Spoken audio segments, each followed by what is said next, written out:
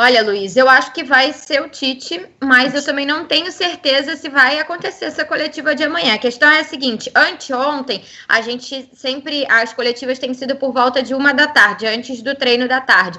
Então, a gente recebe o comunicado 10 da manhã, mais ou menos, de quem vai falar, e para a gente se candidatar lá para fazer pergunta. Então, anteontem veio a notícia de que Fred e Lucas Paquetá dariam entrevista coletiva. Nós colocamos nome na lista, a lista foi formada, a coletiva seria 1h15 da tarde.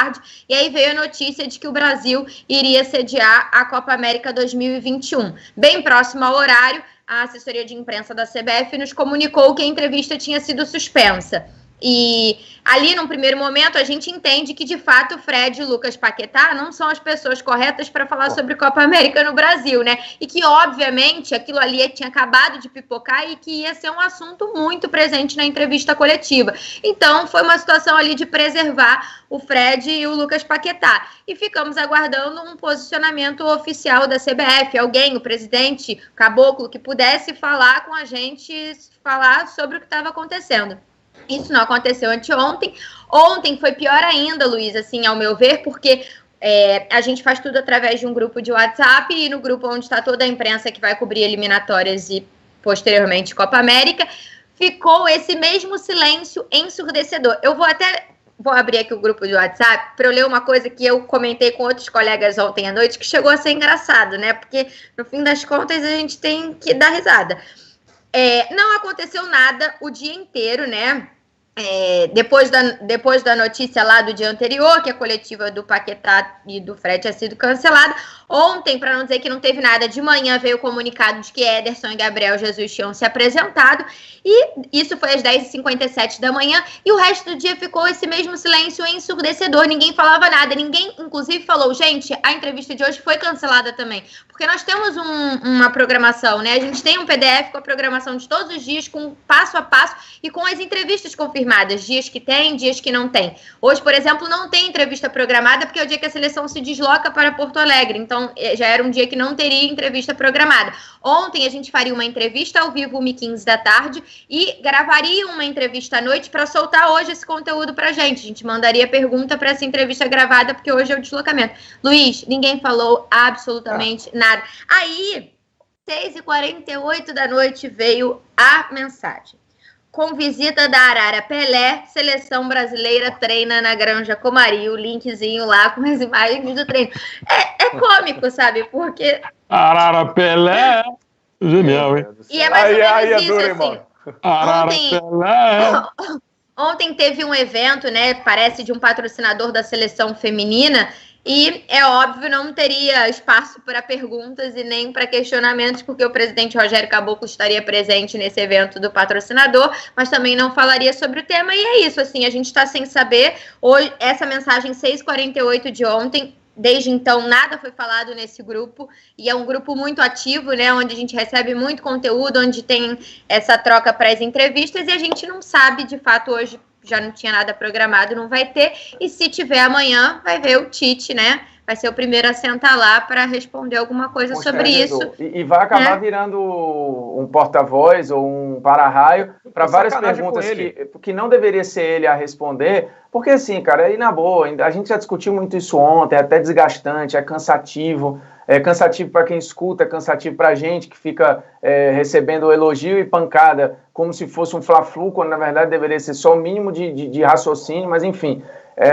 esse silêncio mostra que a parada é no mínimo constrangedora, e se é constrangedor é porque não é 100% legal. Legal que eu digo não é do ponto de vista jurídico, é que não é bacana, é que não é confortável, porque talvez não fosse o lugar para se fazer a competição. E assim, só para reforçar, a Tainá falou sobre isso ontem, nós aqui, todo mundo aí se posicionou. Cara, não tem nada a ver o fato do futebol estar rolando. Quando você que defende, fala economia, e que é fundamental, os clubes, pelo menos, têm o discurso de falar, cara, a roda precisa girar, o dinheiro precisa circular, os jogadores precisam trabalhar, enfim.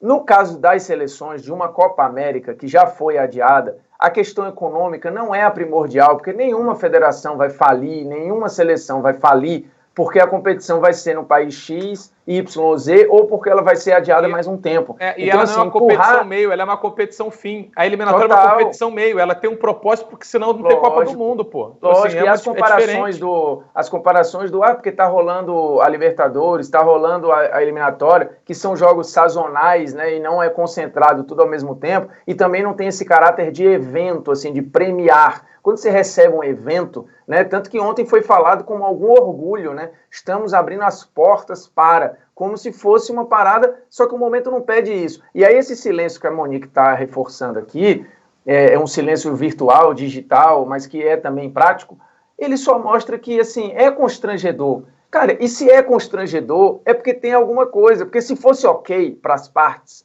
eles iam bater no peito e falar sem problema, olhando no olho. Olho no olho, né? Se fosse, até, Monique, só para reforçar, porque se fosse uma situação de mundo não pandêmico, né? A Colômbia fala, gente, nós estamos aqui numa situação política complicada, a gente não pode receber. A Argentina fala, olha, não tivemos dinheiro para construir e reformar nossos estados. O Brasil fala assim, então tá bom, então vem cá, porque a gente tem...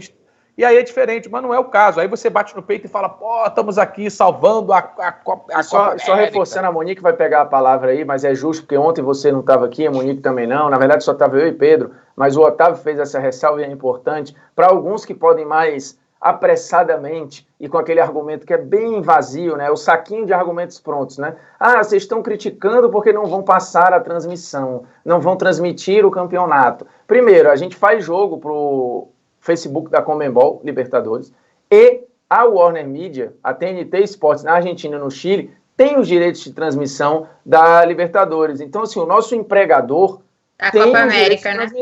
Da Copa América. Eu falei o quê? Da Libertadores, né? Perdão, da Copa América. Então, assim, esse papo, ele é tão raso, ele é tão... É olhar o mundo sob a sua ótica interesseira, que não é a nossa, no caso, porque o que eu estou falando aqui não é para a competição acabar. Eu não sou contra nem a Copa América, eu acho que ela vir para cá agora é um recado muito ruim, e a maneira como foi negociado, de maneira muito rápida e veloz. Tipo, para uma coisa que é fundamental, se demorou anos e meses para se responder um e-mail, e para a Conmebol a coisa foi num estalar de dedos. A questão, para mim, básica, ela é só essa. A questão de direito de transmissão, para mim, é que não interessa. Até porque, se você critica, porque a Globo não vai passar, ela já não ia passar se o campeonato fosse no Brasil, na China, na Arábia, no Vietnã, ela já não tinha o direito. Então, assim, até para eu passar a bola para a Monique, vou ler 2 mensagens do Superchat aqui, vou colocar só um outro tema. Depois, vale a pena vocês darem uma olhadinha no blog do Rodrigo Matos no UOL. Ele publicou lá, cara, os caras aceitaram receber a Copa América sem saber como seria o protocolo. O sim, ele foi dado antes do protocolo ter sido, assim, também explicitado para quem deu sim. Tira primeiro e pergunta depois. Né? Exatamente. Aí temos aqui 2 mensagens. Não, o que me pega muito, é muito rápido mesmo, é que o argumento para crítica é o mesmo argumento para defesa. Tipo assim, eles falam, nós conseguimos abrir as fronteiras, e quem está criticando fala a mesma coisa. Pô, conseguiram abrir as fronteiras. Então, quando acontece isso, eu fico chocado, assim, porque de fato ninguém consegue entender